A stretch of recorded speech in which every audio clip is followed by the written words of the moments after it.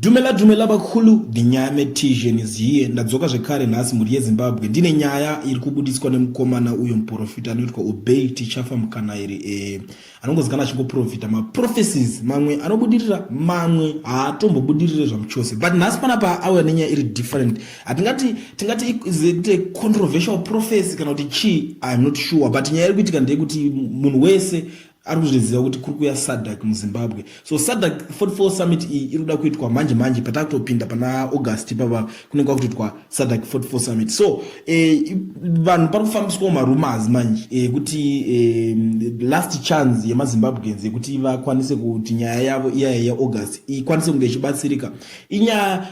inokwanisa kubatsirwa pa 44 summit ipapo nekuti SADC yacho handiti inenge yakuZimbabwe. Saka mukasatoita zvamunoita ipapo hapasina pamwe pamuchasangana neSADC food. So this guy manje ari kubudikira neprophecy yake ari kutaura kuti we pray for Zimbabwe people shall try illegal protests triggering applying of law force keepers anditi ndo prophecy yacho mamirira yakaita but muri Zimbabwe panapa tikada kutarisa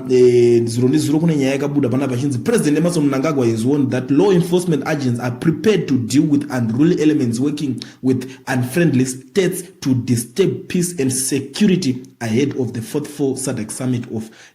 state and government summit to be held in Zimbabwe. Murikuona nyaya iricho ndo panje kuri kuenda chiri kuzotinetsa panapa nyaya 1 kuti tingati this guy atengwa akabhadharwa neZANU-PF kuti atange kuisa prophecy yekuinvoka fear muvanhu here kana kuti because wona nguva yese ikukatarisa maposts this guy kumashure akataura kanzi kuna akagadzwa kuna umwe akagadzwa naMwari umwe akagadzwa achagadzwa nevanhu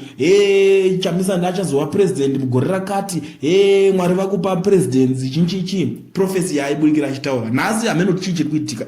tikada kutarisa gore rineri zvake this guy ane maprophecies kumashure apa akadzikisa maprophecies ekuti mukada kumateerera mese munoona unge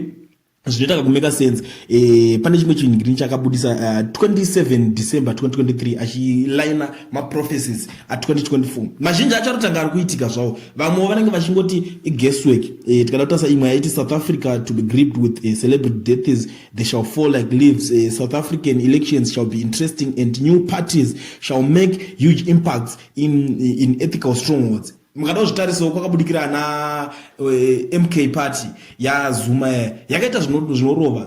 DA iko zvinezvi everyone knows that kuti vato muGNU because of my elections iwa yakaitika nyaya dzakawanda dzakati zvese mukada kutarisa zvese even apa pane imwe recent yakati kanzi a former football striker in Zimbabwe resting iko zvinezvi vanhu varitochema football striker uyu akaningiririkana akatisiya mazuva mashoma adarika yeKenya zvanzi Kenya to experience widespread of life threatening neutral events imwe futi yakabudirira iyi handiti but chakunetsa panapa manje ndechekuti iyi prophecy iyi yazounza iyi because vanhu vakumuziva nembiri vanomuziva nekuti akaprofita zvinhu zviri kuitika handiti pakati we pray for Zimbabwe people shall try illegal protests triggering applying of law force keepers ndo pakunetsa ipapo manje pekuti vanhu iye abhadharwa here nevanhu cause vanozviita vanhu vakangwarisa kunzongo vakangwarisa kunzongo vanogona kuzviita izvozvo iye wabva apindura neimwe bhozi vanhu vaona kuti maZimbabweans havana kuzvifarira zvikanzi I am not perfect but all the prophecies that I write here comes from God aritotaura kuti saka iyi prophecy yabva kuna Mwari yaari kutaura